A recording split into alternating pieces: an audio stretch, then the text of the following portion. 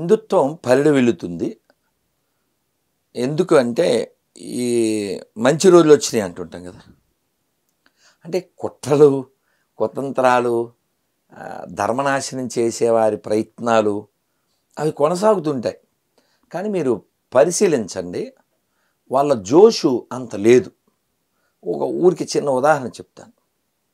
అంటే మన ఆంధ్ర తెలంగాణ వరకు గొర్రెలు అంటే క్రిస్టియన్స్ అనబడేవాళ్ళు ఇదివరకు చాలా చోట్లకు వచ్చి గ్రామాల్లో లేకపోతే పట్టణాల్లో ఎక్కడైనా విచ్చలవిడిగా పోస్టర్ అంటించడము, లేకపోతే పంచి పెట్టడం, గొడవ పెట్టుకోవడం ఇలాంటివి జరిగాయి. కొన్ని సంఘటనల తర్వాత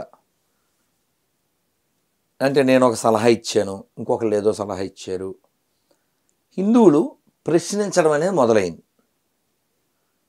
రియాక్ట్ అవ్వడం కూడా జరుగుతుంది. అఫ్కోర్స్ ఎవరైతే మత ప్రచారానికి వస్తున్నారో వాళ్ళు హిందువులే అనుకోండి. నిన్న ఒక సంఘటన చూశాను, చాలా బాగుంది.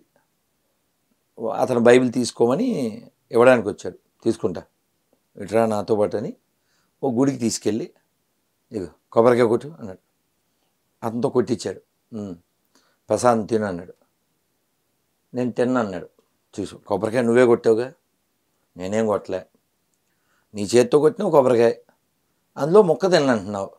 అసలు ఈ దేశానికి సంబంధం లేదు, ఈ చెత్త నాకెందుకు. అలా అతనికి వచ్చిన ఆలోచనతో అతను అలా రియాక్ట్ అయ్యాడు. వాళ్ళు ఏం మాట్లాడలేక వెళ్ళిపోయారు. నేను ఇలాంటిది చాలా ఏళ్ల క్రితం ఒక సలహా ఇచ్చా, ఎవరైనా పాంప్లెట్ ఇస్తే తీసుకోండి, గొడవ పెట్టుకోకండి, వాళ్ళు బయట వాళ్ళు అనుకోకండి అని చెప్పి. ఆ పాంప్లెట్ ఇస్తే తీసుకోండి, వాళ్ళకో బెల్లం మొక్కో కొబ్బరికాయ మొక్కో అరటిపండు ఇవ్వండి, వాళ్ళు తినరు, తినకపోతే ఈ పేపరు వాళ్ళ చేతికి ఇవ్వడం లేదా చింపావతలు పడేయడం చేయండి. మీకు మా పట్ల రెస్పెక్ట్ లేదు, మీ పట్ల మాకు ఎట్లా వస్తుంది అని చెప్పండి, ఎక్స్ప్లెయిన్ చేయండి, గొడవ పెట్టుకోకండి. వాళ్ళు మన వాళ్ళే కాబట్టి దారి తప్పారు అంతే. నిన్న మీరు అంటే ఆ సెల్ ఫోన్లో ఉంది, నన్ను ఏదో తిట్టేశాడు ఒక అతను, పేరు సురేష్, గొర్రె, కర్ణాటకలో ఉంటాడు. తిట్టేశాడు. తర్వాత ఏదో ప్రేమ మతం అంటావు ఏందిది అన్నాను. అతను సార్ నన్ను క్షమించండి అని ముందు తిట్టాడు, తర్వాత క్షమించమని రెండు ఉన్నాయి సెల్లో. అలా ఇద్దరు ఓకే క్షమించండి నేను మిమ్మల్ని తిట్టినందుకు అని చెప్పి పెట్టాడు. పెట్టాక నాయన నీ మీద నాకేం కోపం లేదు, నువ్వెవరో నాకు పరిచయం కూడా లేదు, నేనేదో సందేహం అడిగాను, నేను తిట్టలే, ఏదో ప్రశ్న, ఏదో స్క్రీన్ షాట్ పెట్టాను బైబిల్కి సంబంధించి. వెంటనే తిట్టేశాడు. So I'm like your big brother, okay, నీకేదన్నా కష్టం నేను తీర్చగలనంటే నాతో చెప్పుకో అన్నాను. అతను నమస్కారం మొదలుపెట్టి మీకు వేల వేల దండాలు సార్, నా తిప్పలు ఏమైనా పడతాను, విధి అంటారు కదా అదేదో నా మీద పగబట్టింది, అది చాలా సంతోషం సార్ అని పెట్టాడు. మనకు కావాల్సిందేంటి, మనకు కావాల్సింది ఆ మారు మనస్సు అంటే అదే కదా సార్. ఫైనల్గా మీకు కావాల్సిందేంటి సార్? ఈ ప్రపంచం అంటే నా బాల్యంలోకి వెళ్తే మాకు స్వతంత్రం కావాలని ఒక సినిమా వచ్చింది. ఓకే, యానిమల్స్ అన్నీ కలిసి మాకు స్వాతంత్రం కావాలని వాటి కష్టాలని చెప్పుకుంటాయి. ఓకే, అప్పుడు అనిపించిందే, ఇప్పుడు కూడా చెప్తాను నేను, దిస్ ఎర్త్ ఈ not belongs to only humans. ఈ భూమి మనుషులది మాత్రమే కాదు. What right you have, same right even cat have, even dog have. This is called humanity. మనం కూడా ఒక జీవరాశి. పులితోలు దొరకదు, ఒకవేళ నీ దగ్గర ఉంటే జైలు వేస్తారు. వాస్తవం. జింకతోలు దొరకదు, నా దగ్గర ఉంటే జైలు వేస్తారు 100%. ఎందుకంటే ఆ తోలుకి వాల్యూ ఉంది. అంతేగా, నీ తోలుకి నా తోలుకి లోపల తోలు వెళ్ళిపోతే ఏమనుందా? అస్సలేదు. నెంబర్ 1. ఓకే, అంటే జంతువులు మనం సమానం అంటే అబద్ధం, అందుకని చెప్తున్నా. అలాగే మనకంటే విలువైన జంతువులు, అది నీకు చెప్పాలి. ఓకే, చెప్పండి. ఇప్పుడు మన పళ్ళు ఎవడో ఇంట్లో పెట్టుకోరు, అది ఏనుగు దంతం, ఐవరీరా ఐవరీ అంటాడు, చాలా కాస్ట్, అవునా? పులిగోరు, వాళ్ళ ఇంటి పేరే పులిగోరు, అవునా? మన గోరు ఎవరైనా పెట్టుకుంటాడు దరిద్రం అంటారు. జింక కొమ్ములు కదా.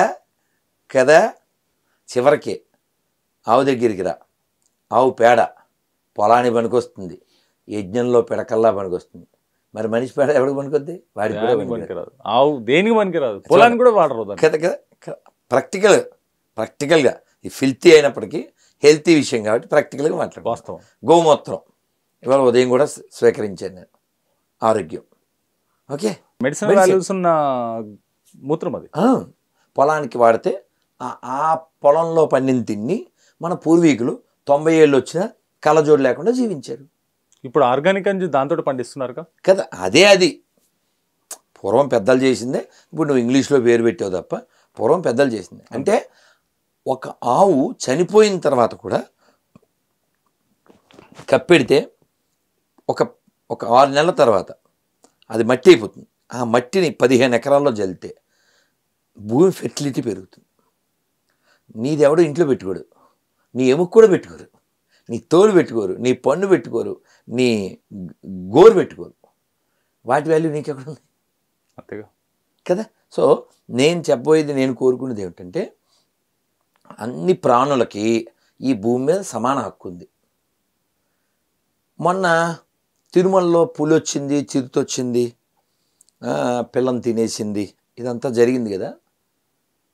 ఏమంటే నాకు తెలియగలుగుతున్నాను, పులి ఉండే ప్లేస్కి మనం వెళ్ళామా, మనం ఉండే ప్లేస్కి పులి వచ్చిందా? అది ఉండే ప్లేస్లకి జనాలు వెళ్ళినప్పుడు నా ప్లేస్లోకి వచ్చారని చెప్పేసి అది జనాలకు వచ్చే అవకాశం ఎక్కువ ఉంది కదా. వచ్చింది అదే అడవులను ఎక్కడ పడి ధ్వంసం కదనా. ఎర్రచందనం పేరు కావచ్చు, ఇంకోటి కావచ్చు. డేంజరస్ పులులు కానీ ఇవి కానీ డీప్ ఫారెస్ట్లో ఉంటాయి. యాక్చువల్గా పులి కంటే డేంజరస్ నువ్వే కదా, మనిషే కదా. ఓకే, నువ్వు మీన్స్ హ్యూమన్స్. అంతేగా. నవ్వు వస్తుంది. అలాంటి పులిని చంపడానికి కర్ర వాడతారంట. ఇచ్చారు కదా. కర్రతో పులిని ఎదుర్కోవడం అంటే మనం ఏ బాలయ్య బాబో లేకపోతే పాత సినిమాల్లో కృష్ణరాజు ఏ ప్రభాసో అవ్వాలేమో. అందుకే బంగారీ శర్మ గారు అన్నారుగా, ఏమన్నారు? ఆ సలహా ఇచ్చిన వాడిని పులిబోన్లోకి వదిలేసి 2 కర్రలు ఇచ్చి పంపించ. సరే, మన విషయంలోకి వస్తే పులి కానీ ఇంకో జంతువు కానీ అవి వాటి జీవితాన్ని అలా అడవిలో జీవించడానికి ఇష్టపడతాయి. ఓకే, మనం అన్యాయంగా బంధించడం, వాటి స్థలాల్లోకి వెళ్ళిపోయి వాటికి వసతి లేకుండా చేయడం వలన నువ్వు చెట్లు ఇవి కొట్టేయడం లేదా బాంబింగ్ చేసేయడం, ఇవన్నీ చేస్తే అవి ఎక్కడికి వెళ్ళాలి? వాటి కూడా వసతి తిండి కావాలి, బయటకు వచ్చేస్తాయి. దానికి ఒత్తిడి ఎక్కువైపోతుంది మనసు మీద. ఎదురుగా ఏదో కనబడింది చంపేస్తుంది. జంతువులకు పశువులకు విలువ ఉంది, మనిషికి విలువ లేదు అన్నారు. అంటే వాల్యూస్ లేనివాడికి వాల్యూ ఎక్కడి నుంచి వద్దండి. సరే, నువ్వు అడిగావు కాబట్టి చెప్తాను. చెప్పండి సార్. సింహం తను వేటాడిందే తను తింటుంది, తెలుసా? వాస్తవం. అవును కదా. లేదా బోన్లో ఉన్నప్పుడు అది వేరు. నువ్వు బంధించి తీసుకొచ్చి దాని మీద రూల్స్ ఫాలో అవ్వమంటే ఎలా అవుతుంది? దాన్ని జీవించనిస్తే అది వేటాడి తింటుంది. పులి అలా కాదు, దాచుకుని తింటుంది. ఓకే, పులి దాచుకుని తింటుంది, ఇది దాచుకోదు. కడుపు నిండిపోయిన సింహం నీళ్ళు తాగుతుంది, దాంతోపాటు పక్కన ఒక జిరాఫీ కూడా నీళ్ళు తాగుతుంది. అదేంటి? ఆ ఫోటో తీసిపెట్టి కడుపు నిండిన తర్వాత సింహం ఎవరికి హాని చేయదు అని. కానీ నీకు అసలు కడుపు నిండడం అనేది ఉందా మనిషికి? లేదా. ఉంటే ఇన్ని అక్రమాలు జరుగుతాయా? ఒక్కొక్కరు ఆస్తులు రాజకీయ నాయకులు కానీ సినిమా వాళ్ళు కానీ ఇంకొకరు కానీ, ఓ మనిషికి ఎంత స్థలం కావాలి? భూమి 6 అడుగులు. ఇలా నిజాలు చెప్పకూడదు.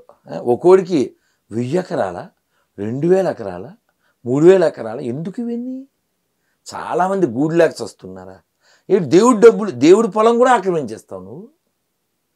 అంటే నీకు అసలు ఈ భూమి మీద ఎన్నాళ్ళు నువ్వు ప్రయాణం చేయడానికి వచ్చేవనే కనీసం ఇంగితం లేదు. ఒక పాట పాడుతుంటాం భజనలో.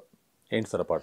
ఇల్లు ఇల్లంటావు, ఉల్లాసపడతావు, ఇల్లెక్కడున్నదే చిలుక, అల్లంత దూరాన వల్ల కాటిలోన నీ ఇల్లు ఉన్నదే చిలుక, మూన్నాళ్ళ ముచ్చటకు మురిసేవు భ్రమసేవు, ముందు గతి కానవే చిలుక చిలుక. అసలు ఎన్ని చూస్తారు, ఎన్ని చెప్పాలి? ఇప్పుడు మా బాల్యంలో అయితే హరిశ్చంద్ర నాటకం వేసేవారు. ఆ వేసినప్పుడు ఇచ్చోటనే అని ఒక పద్యం భలే బాగుంటుంది. నాకు చూసి పాడలేను, చూస్తే పాడలేను. ఇక్కడే కదా ఇది చేశాను, ఇక్కడే కదా ఇలా తిరిగాను, ఇక్కడేనా తగలబడిపోతున్నాను, అది ఒకటి. రెండోది ఒక్కడును ఒక్కడును ఒక్కడును తిరిగి పోలేదే అంటాడు. ఒక్కసారి శ్మశానానికి వచ్చినోడు ఆ పాడి మీద పడుకున్నాడు, ఒక్కడైనా ఇంటికి వెళ్ళింది నేను చూడలేదే, ఒక్కడైనా వాడిని మోసుకొచ్చినోడు వాడితో వెళ్ళడం కూడా చూడలేదే. హరిశ్చంద్రుడు ఆశ్చర్యపోతాడు. మనం కాశీలో మణికర్ణికలో చేసాం కదా. ఇది వైరాగ్యం పుడితే మనిషి చాలా చక్కగా జీవిస్తాడు. వైరాగ్యం ఎప్పుడు నుంచి వస్తుంది? సత్వగుణం ఉంటే వస్తుంది. సత్వగుణం ఎప్పుడు వస్తుంది? నువ్వు అడ్డమైంది కేఎఫ్సీలో అడ్డమైంది తినేస్తే రాదా? ఇప్పుడు మనం జ్యూస్ తాగాం, పండ్లు తిన్నాం, అంతే. సత్వ పీస్ఫుల్గా ఉంటాం. ఇప్పుడు ఓ 2-3 జంతువులు తినేసి, బాగా స్పైసీ ఫుడ్ తినేసి, ఆయిల్ ఫుడ్ తినేసి మైండు ఖరాబు, బాడీ ఖరాబు, సొసైటీ ఖరాబు.